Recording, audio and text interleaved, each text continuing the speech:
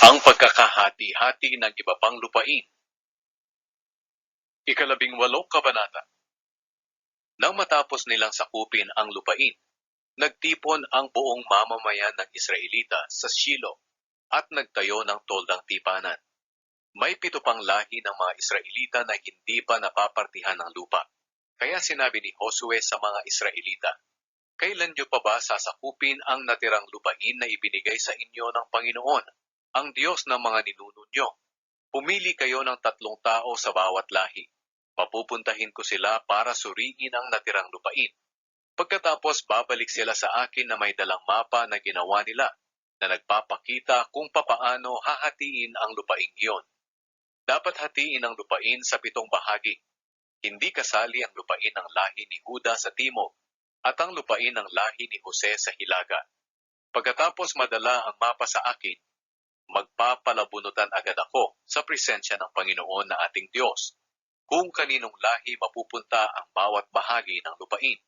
Pero ang mga Levita ay hindi papartihan ng lupa dahil ang bahagi nila ay ang paglilingkod sa Panginoon bilang mga pari.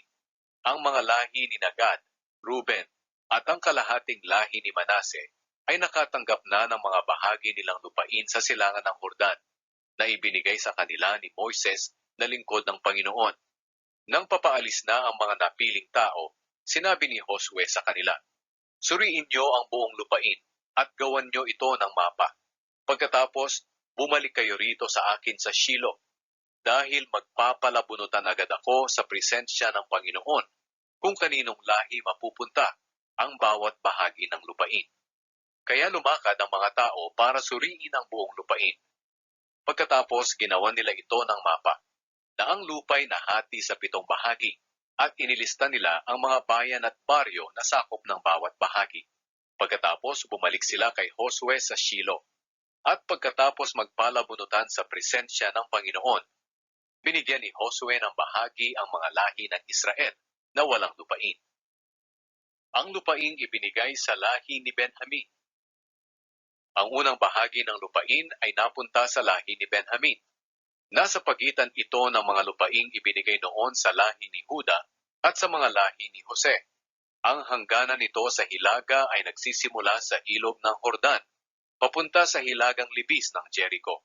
Pagkatapos, paahon nito sa kanluran sa mga kabundukan hanggang sa disyerto ng Bet-Aven. Mula roon, papunta ito sa libis na nasa bandang timog ng Luz na siyang Betel. Pagkatapos, pababa ito sa Atarot Adar, sa bundok sa timog ng mababang Bet-Horon. Mula roon, papunta ito sa kanluran ng bundok na nakaharap sa Bet-Horon at papunta sa timog. Nagtapos ito sa Kiryat Baal na siyang Kiryat Jearim, isang bayan ng lahi ni Huda. Ito ang hangganan sa kanluran. Ang hangganan sa timog ay magmumula sa hangganan ng Kiryat Jearim.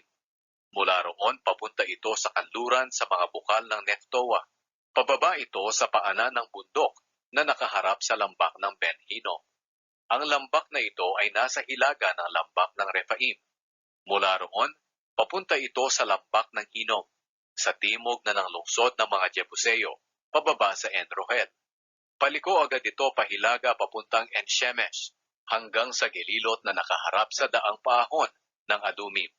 Pagkatapos, pababa ito sa bato ni Bohan na anak ni Ruben, at dumaraan sa hilagang libis na nakaharap sa lambak ng Jordan, pababa sa lambak mismo. Pagkatapos, papunta ito sa hilagang libis ng Bet-Hogla, at nagtapos ito sa hilagang daanan ng tubig ng dagat na patay, na siyang hangganan ng ilog ng Jordan sa timog. Ito ang hangganan sa timog. Ang ilog ng Jordan ay ang hangganan sa silangan. Iyon ang mga hangganan ng lupaing natanggap ng lahi ni Benjamin ayon sa bawat sambahayan. Ang mga lungsod na natanggap ng lahi ni Benjamin.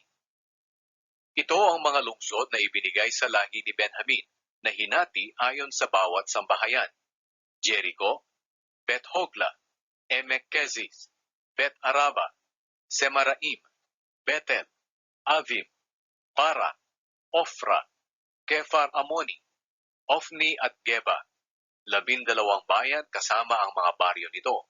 Dagdag pa rito ay ang Gibeon, Rama, Beerot, Mispa, Kefira, Moza, Rekem, Irpeel, Tarala, Zela, Haelef, Jebus na siyang Jerusalem, Gibeya at Kiryat Jearim, 14 na bayan kasama ang mga baryo nito.